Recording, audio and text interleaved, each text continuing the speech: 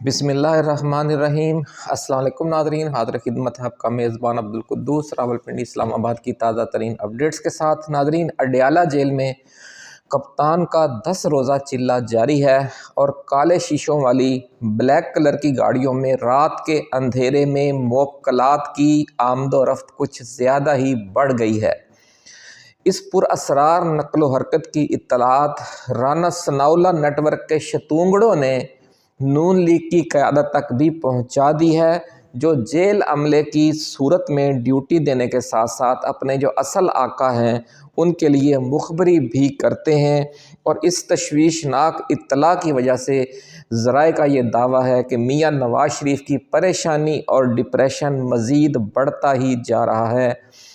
دوسری طرف ناظرین، اس ڈیپ اسٹیبلشمنٹ اپنی مجبوری کی تجوری سے بھی اپنے ایک دیرینہ خواب کی تعبیر پانے کی کوشش کر رہی ہے، جس طرح کہتے ہیں کہ جب بھاگتے چور کی لنگوٹی ہی صحیح والا فارمولہ اپنا رہی ہے۔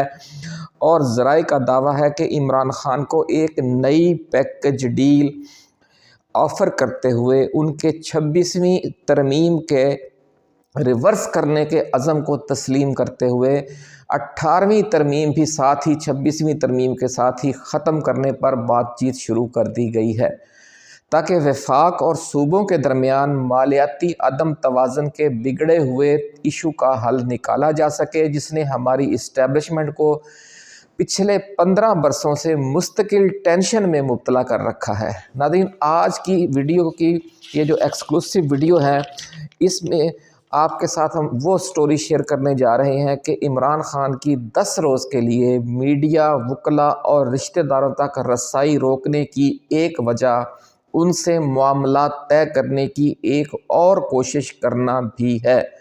اور اس حوالے سے اڈیالہ جیل میں ٹریک 2 ڈائلاگ کا ایک نیا سلسلہ شروع ہو گیا ہے، اور اس ڈائلاگ کو خفیہ رکھنے کے لیے یہ پابندی 10 روز کی جو لگائی گئی ہے، تمام جو ہے کیسز ان کی پیشیاں 10 روز کے لیے آگے دے دی گئی ہیں۔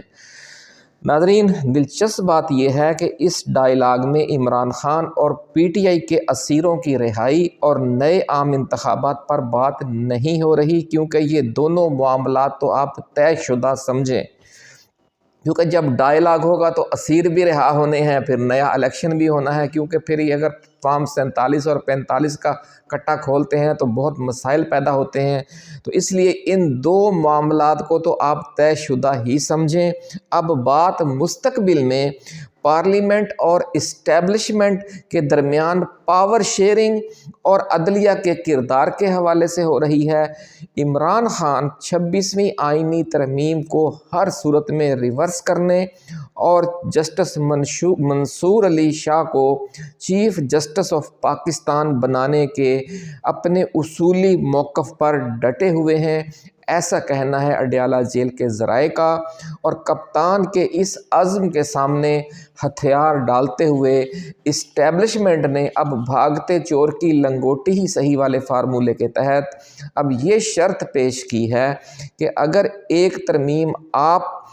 اپنی مرضی سے اڑائیں گے، یعنی 26ویں ترمیم، تو پھر ایک ترمیم مقتدر قوتوں کے مطالبے پر بھی ریورس ہونی چاہیے۔ یہ سمجھ لیں کہ ایک وٹا سٹا فارمولہ ہے، اس لیے کہ وفاق اور صوبوں کے درمیان جو مالیاتی وسائل کی تقسیم کے حوالے سے خوفناک عدم توازن پیدا ہو چکا ہے آصف زرداری کی ضد کی وجہ سے، اس کے خاتمے کے لیے 18ویں ترمیم کو بھی 26ویں ترمیم کے ساتھ ہی نئی آنے والی پارلیمنٹ ختم کر دے، اور اس مقصد کے لیے ایک نئی کمپریہنسو امینڈمنٹ یعنی 27ویں جامع ترمیم لائی جائے، جو 26ویں اور 18ویں دونوں ترمیموں کا ایک ساتھ مسئلہ حل کر دے۔ اس بڑی خبر کے ساتھ ناظرین، سنسنی خیز اور چونکا دینے والی کچھ مزید خبریں بھی ہم آپ کے لیے لے کر آئے ہیں، اور وہ یہ ہیں کہ ملک کی 2 بڑی انٹیلیجنس ایجنسیوں نے یہ رپورٹ دی ہے کہ فارم 47 کی موجودہ کٹھ پتلی حکومتوں سے جتنی جلد ہو سکے جان چھڑا لی جائے، کیونکہ عوام میں موجودہ سسٹم سے مایوسی اور نا امیدی اپنی انتہاؤں کو چھو رہی ہے، اور پورا ملک ایک پریشر کوکر بن چکا ہے۔ کوئی اچانک واقعہ عوام کو ڈیسپریٹ ریئیکشن یا ڈیسپریٹ ایکشن کی طرف بھی لے جا سکتا ہے۔ ایسا نہ ہو کہ پھر کسی دن یہ پریشر کوکر ہی پھٹ جائے۔ ناظرین، 2 بڑے انٹیلیجنس اداروں کی اس رپورٹ کو اب اسٹیبلشمنٹ اپنے پرانے بہی خواہوں کے ذریعے میڈیا میں لانچ کر رہی ہے۔ اس حوالے سے سب سے پہلے کس شخصیت نے کیا گفتگو کی، اس کی تفصیل میں جانے سے پہلے ناظرین ہم اپنے نئے آنے والے دوستوں کو یاد دلانا چاہتے ہیں کہ یہ چینل آپ کا اپنا ہے، اور اس لیے آپ ہمارے 1 لاکھ سبسکرائبرز کے اگلے ہدف کو حاصل کرنے میں ہمارا ساتھ دیں، اور اگر آپ نے ابھی تک چینل کو سبسکرائب نہیں کیا تو فوری طور پر اسے سبسکرائب کر کے گھنٹی کا نشان دبا دیں تاکہ ہماری نئی آنے والی ایسی ہی ایکسکلوسیو اور ریسرچ بیسڈ ویڈیوز آپ کو بر وقت ملتی رہیں اور کوئی اہم ویڈیو آپ کی نظروں میں آنے سے رہ نہ جائے۔ ناظرین، موجودہ حکومت و اسٹیبلشمنٹ نے اپنی دانست میں چالاکی کرتے ہوئے 8 فروری کے الیکشن کو چوری کرنے اور پھر اس چوری کو ہضم کرنے کے لیے، چوری کے بعد سینہ زوری کرنے کے لیے جو طریقہ واردات اختیار کیے رکھا، اسے دیکھ کر ہمیں مولانا روم کی ایک حکایت یاد آ گئی ہے۔ وہ لکھتے ہیں کہ ایک آدمی کو مستقبل کے حالات جاننے کا بہت شوق تھا۔ اسے کہیں سے پتہ چلا کہ جو پرندے اور جانور ہیں انہیں مستقبل کے حالات کا پتہ چل جاتا ہے، اس لیے اگر کوئی انسان ان کی بولی سیکھ لے تو آنے والے حالات سے باخبر ہو سکتا ہے۔ وہ شخص اپنے شیخ کے پاس گیا اور ضد کر کے پرندوں اور جانوروں کی زبان سیکھنے اور سمجھنے کی صلاحیت مانگی۔ شیخ نے کہا کہ مستقبل کے حالات جان لینا ایک بہت بڑا امتحان ہوتا ہے، اس لیے وہ اس آزمائش میں نہ ہی پڑے تو زیادہ بہتر ہے، لیکن اس کے سر پر خبط سوار تھا، اس لیے ضد کر کے شیخ سے یہ صلاحیت حاصل کر لی۔ رات کو وہ بیٹھا کھانا کھا رہا تھا، بوٹی کے ساتھ لگا ہوا چھچھڑا اتار کر ناظرین جب اس نے نیچے پھینکا تو قبل اس کے کہ ان کا جو گھر کا کتا تھا وہ آگے بڑھ کر وہ چھچھڑا اٹھاتا، مرغے نے آگے بڑھ کر وہ چھچھڑا اٹھایا اور لے کر اوپر سیڑھی پر جا بیٹھا۔ کتے نے اس سے کہا کہ یار مرغے، تم تو دانہ دن کا بھی چگ لیتے ہو، یہ چھچھڑے، ہڈیاں اور روٹی کے ٹکڑے ہمارے لیے چھوڑ دیا کرو۔ تو مرغا کہنے لگا کہ فکر نہ کرو یار کتے، کل مالک کی بکری مر جائے گی، وہ اسے پھینک دے گا، تم خوب ڈٹ کر کھانا، یہ ایک چھچڑے سے تمہارا کیا پیٹ بھرے گا۔ مالک نے یہ سنا تو اسی وقت اس نے کھانا کھانے کے بعد بکری کھولی اور اسے بازار میں لے جا کر بیچ دیا۔ اگلی شام ناظرین جب وہ کھانا کھانے لگا تو اس نے ایک بار پھر اپنے کان کتے اور مرغ کی آپس کی گفتگو پر لگا دیے کہ دیکھیں آج یہ کیا خبر دیتے ہیں۔ کتے نے شکایت آمیز لہجے میں کہا، مرغ سے کہا کہ کہاں ہے وہ تمہاری دعوت جو مالک کی بکری کے مرنے سے ہونی تھی۔ مرغا کہنے لگا کہ وہ بکری واقعی مر گئی ہے، لیکن وہ خریدار کے گھر جا کر مری ہے۔ اب لیکن تم فکر نہ کرو، کل مالک کی گائے مر جائے گی، بکری سے تمہاری موج صرف 1-2 دن لگنی تھی، گائے سے آپ پورا ہفتہ عیش کرنا، بلکہ تمہارے ساتھ پوری بستی کے کتوں کی دعوت ہو جائے گی۔ مالک نے یہ سنا تو بڑا خوش ہوا کہ یار یہ جانوروں کی بولی سیکھنا تو بڑے کام کی چیز ہے، ہر خطرے کا پہلے سے پتہ چل جاتا ہے اور بندہ اس کا پھر انتظام کر لیتا ہے۔